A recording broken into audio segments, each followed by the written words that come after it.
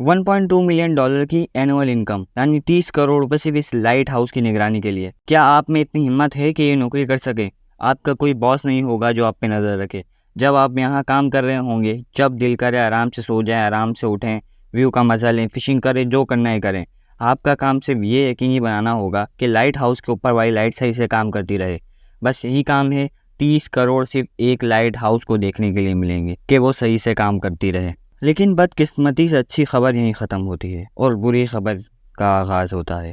اور بری خبر یہ ہے کہ یہ دنیا کی سب سے خطرناک نوکری ہے، جومان لائٹ ہاؤس کی نگرانی کرنا، کیونکہ یہ سمندر کے بیچ میں ہے۔ اس سے پہلے آپ اس نوکری کے لیے اپنی سی وی بھیجیں۔ یہ بھی سن لیں کہ یہاں کوئی آپ سے بات نہیں کرے گا، ہر طرف تنہائی ہوگی، اور سب سے خطرناک بات یہ ہے کہ اس علاقے میں بہت بڑے بڑے طوفان آتے ہیں۔ طوفانی لہریں کئی میٹر اونچی ہوتی ہیں، لائٹ ہاؤس سے ٹکراتی ہیں۔ اس نوکری میں جان جانے کا بھی خطرہ ہو سکتا ہے۔ یہ تصویر ریسکیو آپریشن کے دوران لی گئی تھی، جہاں صاف دیکھا جا سکتا ہے کہ لائٹ ہاؤس کا کیپر کس طرح طوفان میں گرا ہوا ہے۔ اگر یہ طوفانی لہریں پوری طرح لائٹ ہاؤس کو ڈھانپ لیتی تو اس کی جان بھی جا سکتی تھی۔ یہ سب جاننے کے بعد کیا آپ میں اب بھی ہمت ہے کہ نوکری کو اپلائی کرنے کے لیے؟ ویسے اس عجیب و غریب نوکری کو دیکھ کر آپ کے ذہن میں بھی یہ سوال آ رہا ہوگا کہ آخرکار لائٹ ہاؤس بنایا ہی کیوں گیا، اور یہ کیوں ضروری ہے کہ لائٹ ہاؤس کی لائٹ ہمیشہ جلتی رہے۔ اس کے لیے ہمیں دیکھنا ہوگا کہ لائٹ ہاؤس کی ابتدا کیسے ہوئی۔ لائٹ ہاؤس کی ابتدا بہت قدیم زمانے میں ہوئی، جب سفر کرنے کے لیے نہ کوئی سڑکیں تھیں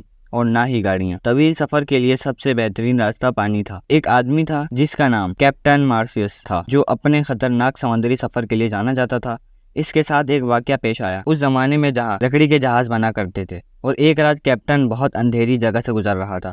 پانی کے نیچے بڑی بڑی چٹانیں تھیں جن سے ان کا جہاز ٹکرا گیا، جہاز میں سوراخ ہو گیا اور وہ الٹ گیا۔ کیپٹن کا بہت نقصان ہوا۔ اس واقعے کے بعد کیپٹن مارسیس نے سوچا کہ اس مسئلے کا کوئی نہ کوئی حل تو ضرور ہوگا جو اس قسم کے خطرات سے بچائے۔ یہ تو ایک مسئلہ تھا، لیکن دوسرا مسئلہ یہ تھا کہ سمندر بہت وسیع تھا، خاص طور پر پیسفک اوشن تو بہت بڑا ہے۔ اگر ہم پوری دنیا کی تمام زمینوں کو اکٹھا کر لیں تو بھی پیسفک اوشن بڑا ہوگا۔ اب آپ کو اس کا اندازہ ہو گیا ہوگا کہ یہ کتنا بڑا ہے۔ یہ پرانے زمانے کے کیپٹن اس کھلے سمندر میں سفر کرتے تھے تو انہیں کچھ معلوم نہیں ہوتا تھا کہ اگلی زمین کتنی دور ہے اور اس تک پہنچنے کا راستہ کون سا ہے۔ اس زمانے میں نیویگیشن کا سسٹم تو ہوتا نہیں تھا، جی پی ایس کوئی ایڈوانس سسٹم نہیں تھا جو کیپٹن کو راستہ دکھا سکے۔ جی پی ایس 1973 میں ایجاد ہوا تھا اور عوام کے لیے 1978 میں دستیاب ہوا۔ اکثر جہاز کے کیپٹن سورج اور ستاروں پر انحصار کرتے تھے اور نیویگیشن کے ابتدائی آلات استعمال کرتے تھے۔ اس نیویگیشن کی وجہ سے کئی مشکلات پیدا ہو جاتی تھیں، جیسے ایک اور کیپٹن کے ساتھ ہوا۔ وہ اپنے عملے کے ساتھ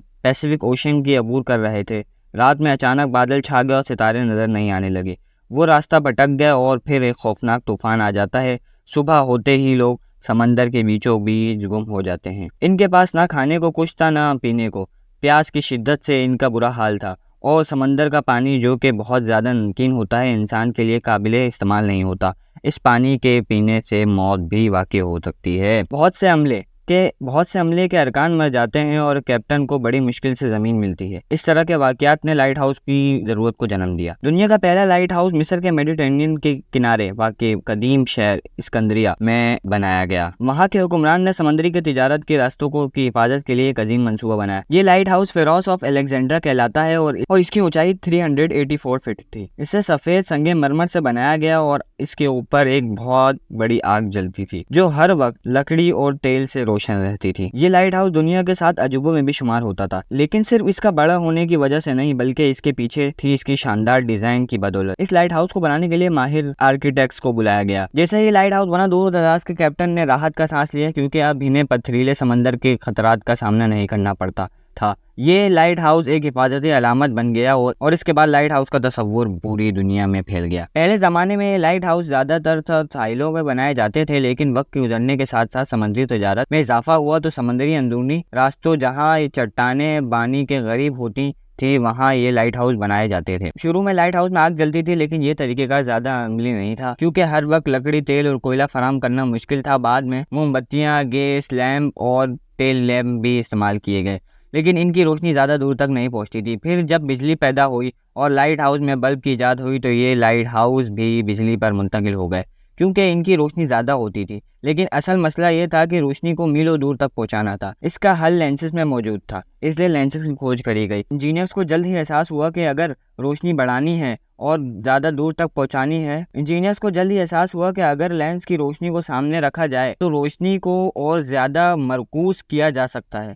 تاہم مسئلہ یہ تھا کہ جتنا موٹا لینس ہوگا اتنی ہی کم روشنی ہوگی۔ یہاں فرانسیسی انجینئر نے ان کا بھی حل نکال لیا، جنہوں نے ایک حیرت انگیز حل پیش کیا۔ انہوں نے لینسز کو پتلا کیا اور انہیں اس طرح ڈیزائن کیا کہ تمام روشنی ایک ہی جگہ پہ پوائنٹ ہوتی تھی۔ اس طریقے سے بکھری ہوئی روشنی کو ایک ہی سمت میں بھیجنا جا سکتا تھا۔ اس جدید نظام سے مدد لائٹ ہاؤس کی روشنی اب میلوں دور تک نظر آ سکتی تھی۔ فریسنل لینس نے لائٹ ہاؤس پر انقلاب برپا کر دیا اور اس کی مدد سے سمندری جہازوں کو دور دراز سے خطرے کا پتہ چل جاتا تھا۔ اب یاد ہے کہ ویڈیو کے شروع میں نے کیا کہا تھا؟ کیا آپ یہ جاب کرنا چاہیں گے؟ تو اس کا جواب ابھی بھی آپ دیجیے گا۔ جہاں آپ کو 30 کروڑ ملیں گے صرف یہ دیکھنے کے لیے کہ لائٹ ہاؤس کی بتی جلتی رہے۔ کیا آپ میں اتنی ہمت ہے کہ اس نوکری کو اپلائی کر سکے؟ کمنٹس میں ضرور بتائیں۔ یہ لائٹ ہاؤس کو تو قدیم زمانے میں بنایا گیا تھا اور اس نے سمندری تجارت کی حفاظت میں بہت بڑا کردار ادا کیا۔ اگر آپ کو یہ ویڈیو پسند آئی تو آپ بیئر گرلز کی ڈاکیومنٹری ضرور دیکھنا اور لائک، سبسکرائب، شیئر کرنا مت بھولنا۔ اللہ حافظ۔